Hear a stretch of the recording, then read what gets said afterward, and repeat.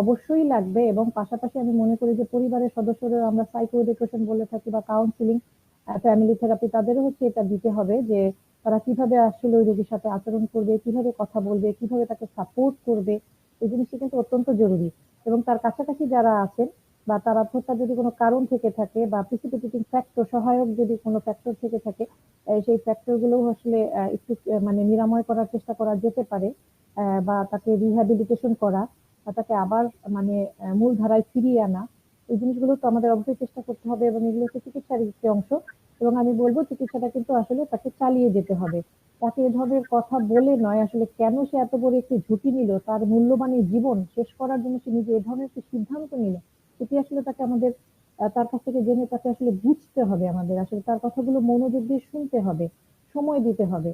সময় দেওয়ার পাশাপাশি এই ধরনের ওই যে ক্রিটিক্যাল কমেন্টস বা হচ্ছে এই ধরনের তিক্ত কথা বা হচ্ছে